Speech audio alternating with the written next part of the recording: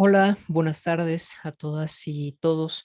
Bienvenidos a este video lección correspondiente a la explicación o a la puesta en perspectiva de los temas que abordamos en la unidad 2 de este curso de teorías de la comunicación 3 y que atendía de alguna manera todo lo relativo a el Internet y lo digital, sobre todo en la creación de nuevos lenguajes y para entender, para poner en perspectiva la creación del Internet como una innovación tecnológica que había traído o que trajo más bien y que aún vivimos con nuevos efectos, que trajo una convergencia de lenguajes, que trajo nuevos paradigmas en la socialización, que trajo nuevas formas de expresión individual y colectiva también, así como también nuevos retos en lo económico, en lo político y en lo social, ¿no? De alguna manera, en lo económico podríamos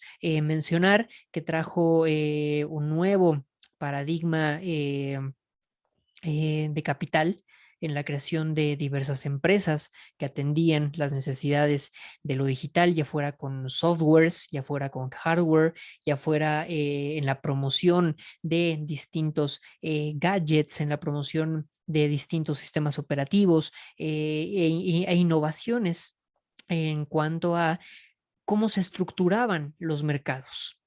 El panorama económico de lo digital reestructuró de alguna manera la forma en la que se pensaba en las empresas y en la que se pensaba en la competencia económica, sobre todo por los nichos en los que se estaba. Ya no se estaba produciendo cuestiones necesariamente o siempre materiales, sino que se estaban produciendo ahora productos tan intangibles, pero no por eso irreales, como códigos, ¿no? Se estaban creando sistemas operativos.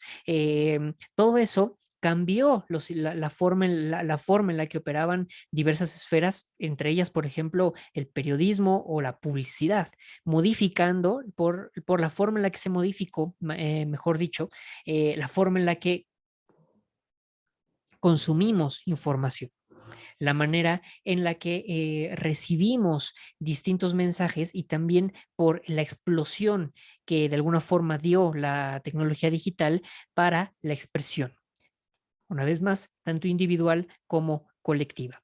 Entonces, en ese sentido, vamos a dar un repase, vamos a repasar los temas de esta segunda unidad, intentando articularlos y ponerlos en perspectiva con lo que ya habíamos visto en la unidad anterior.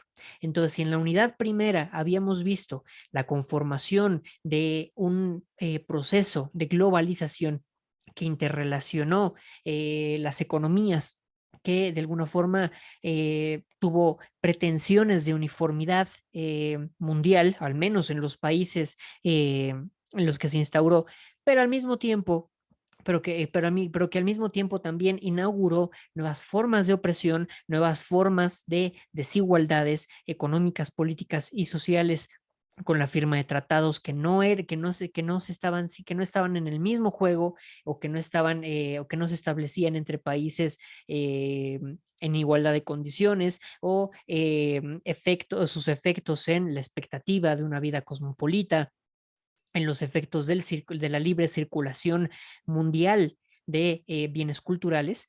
Venimos de este proceso de globalización y uno de esos momentos capitales es la creación y el desarrollo del Internet. Entonces, dicho eso, vamos a comenzar diciendo que el Internet, como toda tecnología, también es una tecnología situada. Ha sido producida socialmente y está imbuida de valores, de construcciones ideológicas y construcciones culturales, así como de creencias y de prácticas, de intereses sociales, económicos y políticos. Por tanto, Internet, tanto como cualquier otra tecnología, ha visto condicionado su devenir por esquemas preexistentes, así como por un cúmulo de elementos de muy diverso calado que lo han puesto en tensión desde el momento mismo en que fue creado. Internet no fue creado de la nada. Internet no se creó en otro planeta, no se creó en un país ajeno a la dinámica mundial, para nada. Al contrario, Internet es un producto directo de la interrelación de un mundo globalizado, de economías globalizadas. Es una consecuencia, es una tecnología que surge a partir de las necesidades de seguir conectando a un mundo globalizado. Y así como retroalimentó ese mundo globalizado, lo incentivó al mismo tiempo. Por lo tanto, no podemos decir que todo era inevitable, para nada. Nada era absolutamente inevitable en la historia del Internet. Como menciona Stevenson en su texto de 2018, la naturaleza de la web posee detrás un amplio abanico de actores que van desde los productores y empresarios hasta los usuarios, pasando por otros que suelen invisibilizarse como los inversores, ¿no? Y que suelen estar un poco ahí escondidos en el juego de las dinámicas de poder y también en la forma en la que se promocionan los discursos que se han imbuido a la tecnología digital. También no podemos olvidar a otros actores que en cada momento tomaron decisiones acerca de qué tecnologías promover, en cuáles invertir y cómo se iban a usar. Fíjense, Internet tiene en su mismo seno, en el seno de su creación, un conjunto de expectativas, de creencias, de ideologías, de prácticas que estuvieron influyendo desde varios sectores, ¿no? Desde lo económico para pensar en cómo vamos a invertir, en qué tecnologías vamos a poner el dinero, en qué tecnologías se ponía el dinero, en qué tecnologías se iban a incentivar y cuáles otras se quedaron en el camino, y también en cómo se iban a usar. La estructura actual de Internet es una estructura conformada también históricamente por actores concretos, que son de muy diverso calado, pero que han sido actores concretos, ¿no? La estructura del el tipo de Internet que tenemos, la forma que ha adoptado Internet, tal como lo conocemos hoy, es una forma que ha sido deliberadamente creada, ¿ok? El hecho de que Internet opere como opera en esos momentos, así como lo conocemos hoy, tiene todo que ver con quienes lo crearon. ¿En qué creían aquellos que crearon Internet? ¿Qué fines qué fines inculcaron en la creación de Internet? ¿Y qué fines motivaron su estructura? Eh, Entre los textos que revisamos para esta unidad estaba el texto de Castells. Ahí se menciona y y creo que es eh, lo más relevante que podemos capturar del texto de Castells es, si ponemos en perspectiva que Internet nació en 1983 tras la adopción del proyecto ARPANET del protocolo TCP/IP. Este protocolo de alguna forma permitió abrir Internet y hacerlo más fácilmente navegable. ¿Ok? El Departamento de Defensa de Estados Unidos crea ARPANET desde los años 60, finales de los años 60, y tras una serie de innovaciones tecnológicas de esta pequeña red, de esta red que ya era ARPA, pero que se crea ARPANET cuando se comienzan a vincular distintos ordenadores, como se menciona en el texto de Castells o también en el de Scolari, el Departamento de Defensa se lo da a las universidades, a Oxford, como a Oxford, a Harvard, entre ellas, ¿no? Al desarrollo temprano de Internet, nos menciona Castell, se articulan cuatro culturas. Él las denomina culturas en tanto constituyen cada una defensa de un sistema de valores propio y que les es específico. ¿Ok? Entonces, ¿quiénes fueron las primeras personas? ¿Quiénes fueron las cuatro culturas de alguna forma primigenias, primigenias que le dieron la forma al Internet o que le imbuyeron sus valores? Castell identifica la cultura tecnomeritocrática, a la cultura hacker, a la cultura emprendedora y a la cultura de comunitarios virtuales. ¿A qué se refería con cada una de ellas? La cultura meritocrática era una cultura sobre todo de las universidades. Como ustedes podrán entender, al estar inscritas en un sistema escolarizado, en un sistema de una universidad, el sistema académico resulta ser un sistema meritocrático, en el sentido en que hay que ir obteniendo ciertos méritos para aumentar en el escalafón, ¿no? Subir en la escalera de la academia, ¿no? Entonces, ¿cómo se obtienen esos méritos? A través de la obtención de grados, a través de la creación de tesis, a través de la exposición pública de los conocimientos y de los saberes y de decir, miren lo que acabo de encontrar. Entonces, es mi mérito decir, yo sumé esta parte a la discusión. Yo le sumé este conocimiento al cuerpo, al gran cuerpo de conocimientos que ya se tienen al respecto de un tema específico. Esa cultura del mérito muy cercana a las universidades, que surge directamente en las universidades, y de ahí es que sea importante mencionar que el Internet, después de ser un proyecto público, ¿no? A final de cuentas era el Departamento de Defensa de Estados Unidos, ¿no? Una institución de Estado, pasa a manos de la academia y la academia le inculca estos valores a la comunidad que utilizaba Internet, de decir, miren, le sumé este nuevo protocolo, descubrí este nuevo uso de Internet, descubrí que podemos utilizar estas grandes computadoras para determinada cosa nueva que no habíamos pensado, para la que no habíamos pensado que servía previamente. ¿Ok? En la imagen aquí que utilizo, era como lucían las computadoras en ese entonces, ¿no? Ocupaban cuartos enteros, como ustedes pueden ver, y la innovación al respecto, por ejemplo, de hardware, ¿no? En cómo íbamos a navegar con los mouse, en cómo se iban a navegar con pantallas, en cómo se presentaba la pantalla, la interfaz al público, era meramente de texto, ¿no? No era una pantalla ni la mitad de atrayente de lo que era hoy. Internet era un medio o era una tecnología eminentemente de texto. Entonces, la cultura tecnomeritocrática tenía esta noción muy académica de el mérito que le ha sumado a la red, ¿no? Que está en esta, y evidentemente esto trae ¿qué podemos deducir? Que había una noción colectiva de la red, ¿ok? Se veía Internet como un espacio en donde absolutamente todo el mundo o todos los que tenían acceso a él tenían que aportar a su construcción, sumarle un nuevo callejón, ¿no? Si Internet, vamos a pensarlo como una pequeña ciudad, tenía 10 calles, el mérito era sumarle la calle 11, la calle 12, o ponerle algo bonito a la calle 9, ponerle algo innovador en el centro de la convergencia de calles, ¿no? Por utilizar una metáfora espacial. Entonces, a eso se refiere la cultura meritocrática. Está muy basada en qué innovación, en qué le sumo y qué le aporto yo a la nueva tecnología, viendo esa tecnología de una manera muy colaborativa y como una tecnología que se construye entre todos, que se construye en comunidad.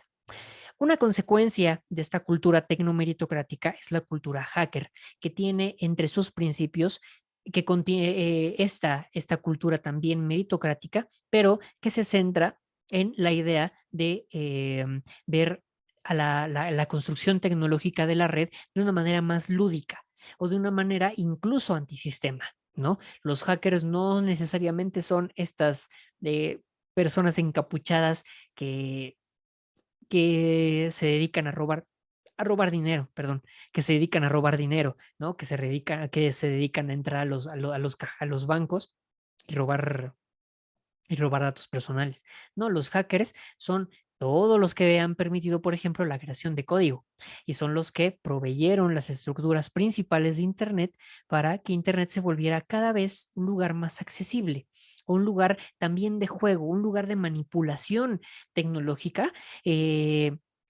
Y un lugar de expresión. Vienen incluso visiones del código como una expresión artística, ¿no? En la cultura hacker está muy presente la idea de decir eres un artista del código, ¿no?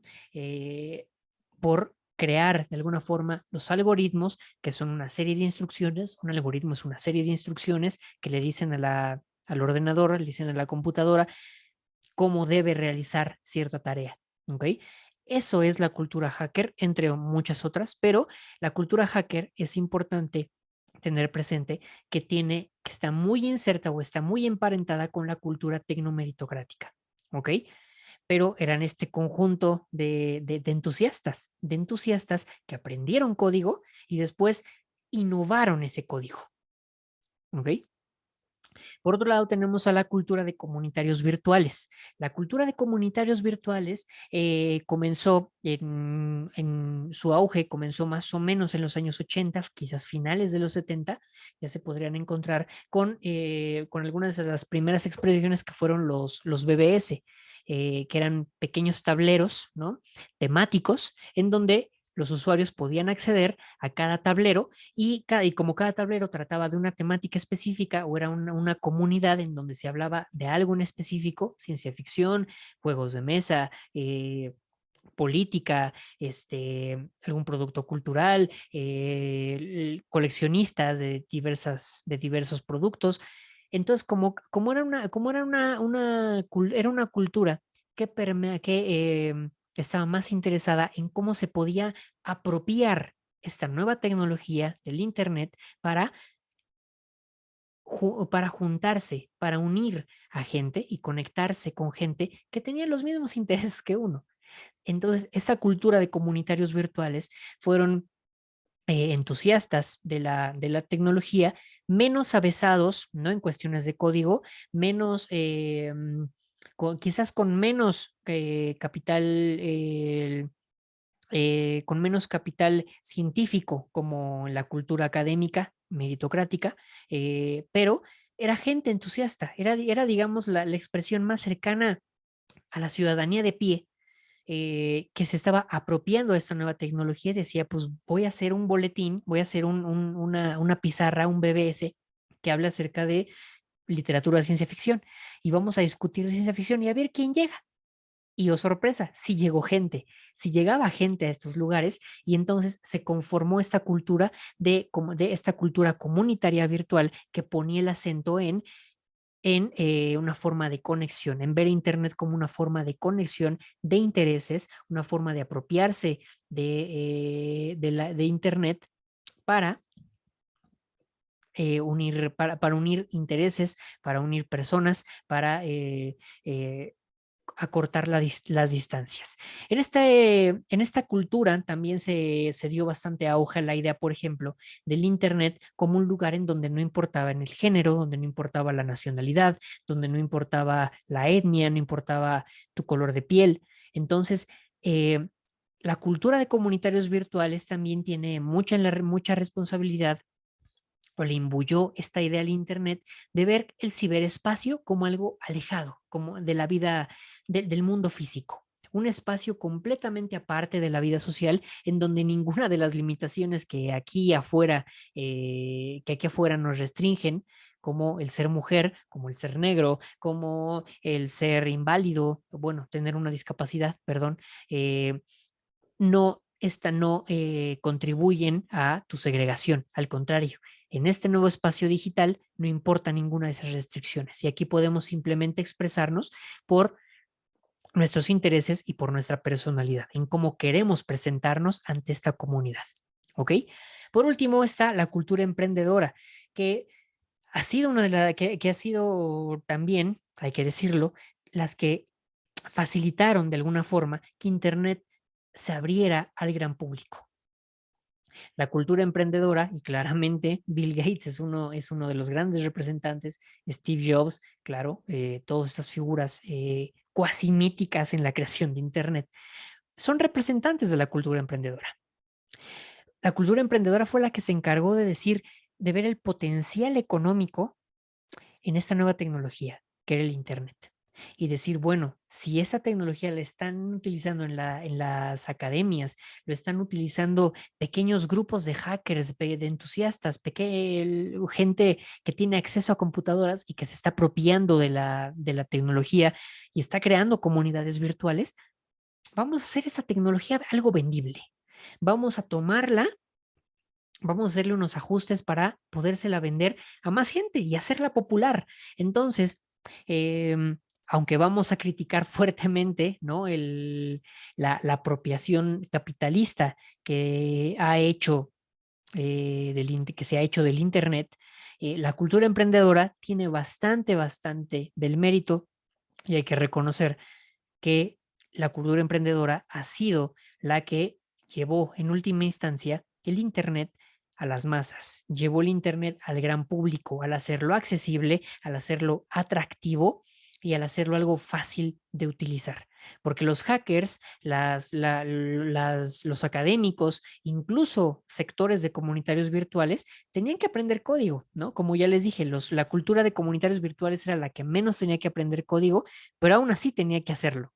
En ciertos momentos, porque tenían que resolver ciertos problemas de cómo usar la tecnología en el momento en el que se les pasmaba el boletín, en el momento en el que se les pasmaba la pizarra, en el momento en el que algo se movía y se caía el servidor. Tenían que aprender a tenían que aprender a levantarlo por sí mismos, tenían que saber algo de programación, algo de código para que esa comunidad virtual se mantuviera en pie. Entonces, era un trabajo demandante navegar en Internet en esos primeros días, en esas primeras décadas del Internet. Entonces, la cultura emprendedora dijo, no toda la gente tiene la capacidad ni el capital económico, quizás ni las capacidades cognitivas por ausencias de educación, por un montón de desigualdades para aprender código. Y además, que pueda aprender código en un momento dado, ¿no? Nunca faltará quien piense. Entonces, ¿cómo hacemos? La cultura emprendedora se preguntó, ¿cómo hacemos que la gente utilice el Internet sin saber código? Y ahí es donde entran los grandes méritos y claro, también parte de la culpa de lo que hoy es Internet, un panorama completamente capitalizado, un panorama donde importan más la forma en la que se utilizan nuestros datos para su venta, más que en la conexión real, como lo vamos a ver más adelante y en específico en la unidad 3. Pero hay que reconocer que la cultura emprendedora es la que llevó la tecnología de Internet a un uso masivo. ¿Ok? Entonces, en diciembre de 1990, Tim Berners-Lee crea la World Wide Web, la triple W, la famosa triple W. Este era un protocolo que facilitaba la navegación a través de documentos y sitios almacenados en Internet. Él creó sobre todo esos tres protocolos. Fíjense, la URL, que son las iniciales para Uniform Resources Locator, para localizar dominios específicos en la web y que no tuvieras que estar tecleando todo el acceso específico que tenía un sitio de Internet, porque antes era un sitio desperdigado en donde te tenías que saber el código y los caminos de acceso para llegar a determinado sitio en Internet.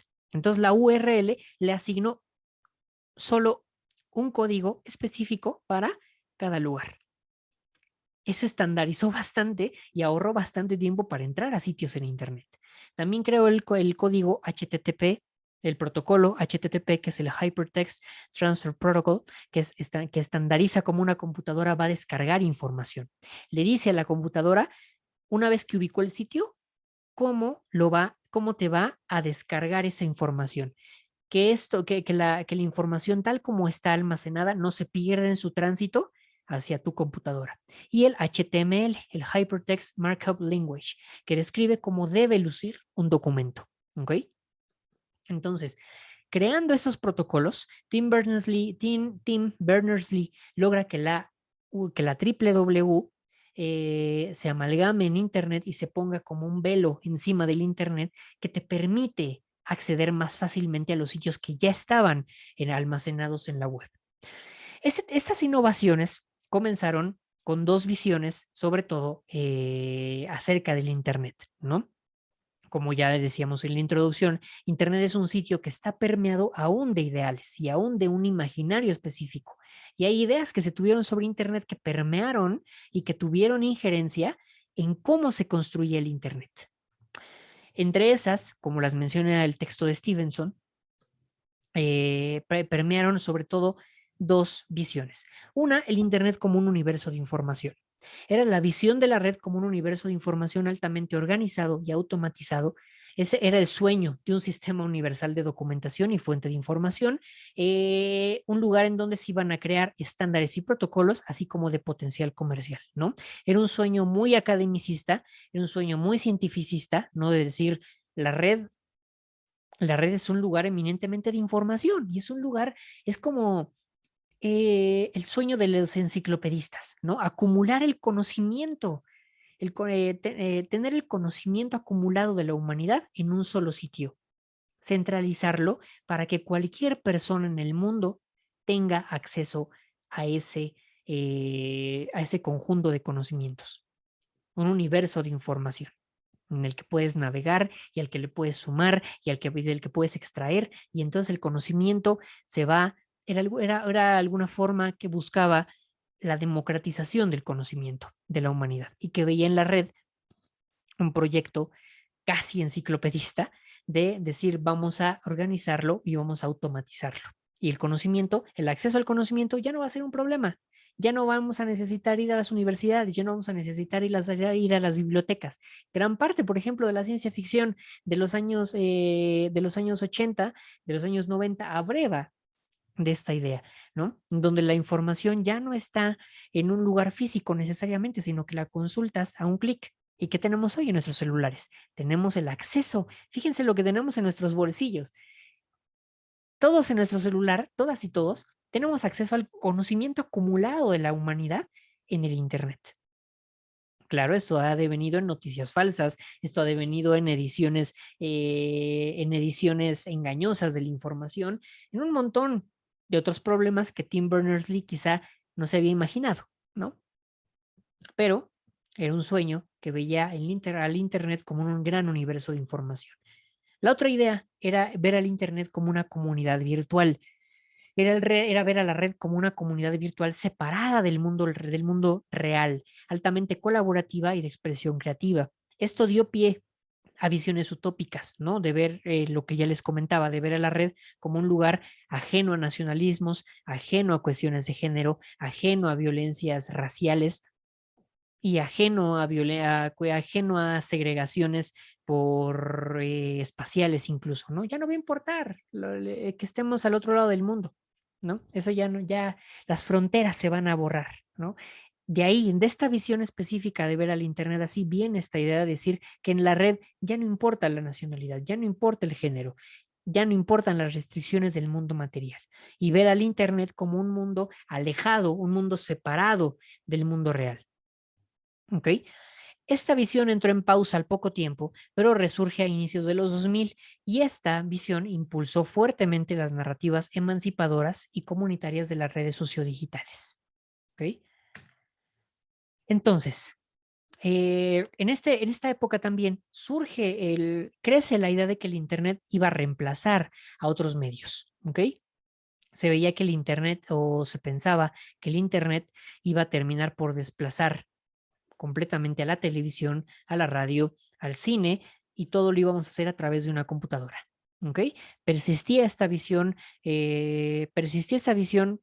hasta entrados quizás los 90, quizás los 2000, era todavía un gran sueño quizás de las grandes empresas de los 2000. A la par comenzó una visión tecnolibertaria que construyó discursivamente al Internet como un lugar de libertad individual y económica, con fuerte visión tecnodeterminista. ¿Ok? Y esto es lo que sucede eso fue lo que sucedió cuando vimos al Internet como algo separado completamente del mundo real. Fuertes discursos capitalistas libertarios. El libertarismo es una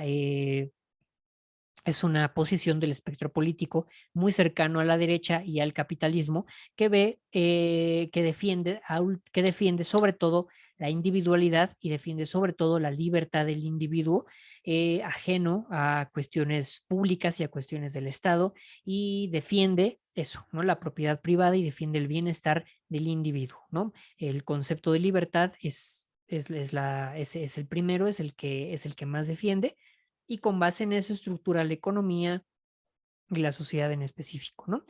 Esto incentivó que Internet tuviera defensores a ultranza de su libertad y desembocó en un panorama, en un Internet que está desregulado y donde se excluye y propició desde el momento la exclusión de proyectos de innovación digital públicos, ¿ok? Por eso el Internet hay que pensar sobre todo y hay que cuestionar por qué hoy el Internet es una estructura o una tecnología en donde eminentemente se privilegian los proyectos privados.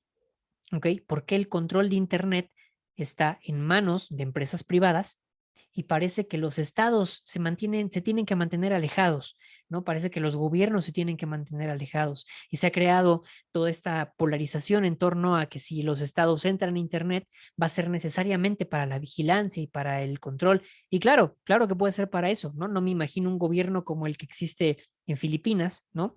Eh, o lo que existe en Filipinas, ¿no? Donde el gobierno tiene completo acceso al Internet y corta el Internet cuando quiere, o lo que también ocurre en Cuba, ¿no? Lo que también ocurre en países como Venezuela.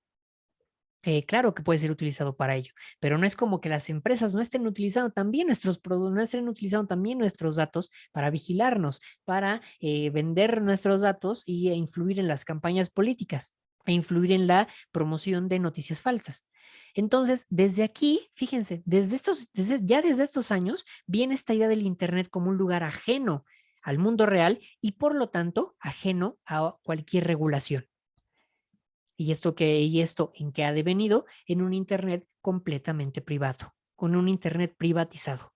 Todo lo que hoy todas las estructuras que hoy mantiene el Internet o prácticamente todas son privadas, pertenecen a empresas privadas. ¿Ok? A inicios del milenio, diversos servicios surgieron atendiendo necesidades específicas y que permitían una diversidad de acciones que facilitaban la conexión entre usuarios. Se crea Blogger en el 99, Wikipedia en el 2001, MySpace en el 2003, YouTube en el 2005, etcétera. ¿Ok? Entonces, cuando en la World Wide Web, en la WWW, se comienzan a crear estas aplicaciones que dice, ven y ten tu propio blog y cuéntanos sus experiencias o difunde lo que ves, pon tus textos de crítica de cine en tu propio blog, comienza a proliferar esos espacios de expresión individual que retomaban mucho la visión de los comunitarios virtuales, como ya habíamos visto, ¿ok? Y entonces creó un panorama en donde Internet se comenzó a llenar de diversos sitios en donde se preocupaba la expresión interna, la expresión individual, la expresión artística y la creación de comunidades. Entonces, estas compañías, porque eran compañías en su mayoría, el objetivo era que su marca fuera sinónimo de las actividades mediadas. Y hoy, claro que seguimos utilizando la idea de bloguealo, ¿no? Es una expresión quizás que ya está comenzando a caer en desuso, pero hoy vemos que algo que fue creado en el 2005 como YouTube, hoy es el segundo sitio al que más entra la gente. Creo que incluso, sí, el segundo sitio le gana a Facebook, pero solo está por debajo de Google, y YouTube, ¿no? Si mal no recuerdo en los últimos datos que he consultado. Entonces, fíjense, esas compañías han logrado mantenerse y han logrado que sus marcas sean sinónimos de actividades mediadas, de subir videos, de platicar, de chatear, ¿ok? De mandar WhatsApp. O sea, ¿qué significa mandar WhatsApp? Es la actividad de mandar un mensaje. Sin embargo, y el nombre de la empresa, el nombre del servicio, se ha vuelto el estándar para referirse a la acción mediada de mandar un mensaje. ¿Ok? Este entorno de empresas de socialización en línea fue la creación o lo que se denominó la web 2.0. En este momento estas empresas se convierten en intermediarias entre la transmisión de datos de comunicación y la información. Entonces, lo que sucede es que a inicios del siglo, estas empresas y esos servicios que comenzaron como sitios muy pequeños, como sitios en donde cada vez más gente comenzó a entrar por mero gusto, por meras ganas de expresarse, porque siempre hemos querido expresarnos, ¿no? Este panorama se va a volver el paradigma con el que va a operar Internet aún a nuestros días. Entonces, de tener ese Internet abierto al que necesitábamos aprender a programar y el que necesitábamos saber código para utilizar, entra la cultura emprendedora, entran las nuevas compañías haciendo un Internet más accesible, plataformas fáciles de utilizar relativamente y comienza a privilegiarse la socialización, comienza a privilegiarse la creación de comunidades virtuales. Eh, en el auge de estas pequeñas aplicaciones, de esos pequeños sitios, las empresas vieron una beta comercial Y en un entorno de un Internet completamente privatizado, o un Internet que se preía o que se preveía desregulado, que se quería libre, un Internet que se veía libre, entonces las empresas Internet por eso fue una empresa que fue una tecnología, perdón, que rápidamente fue tomada por la visión privatizada. Y de ahí comenzaría más bien el Internet más como un sitio de búsqueda y acceso a aplicaciones específicas para hacer acciones específicas. En resumen, lo que hoy tenemos y lo que hoy entendemos por Internet. ¿Ok? Vamos, vamos a dejarlo aquí y regreso con otra.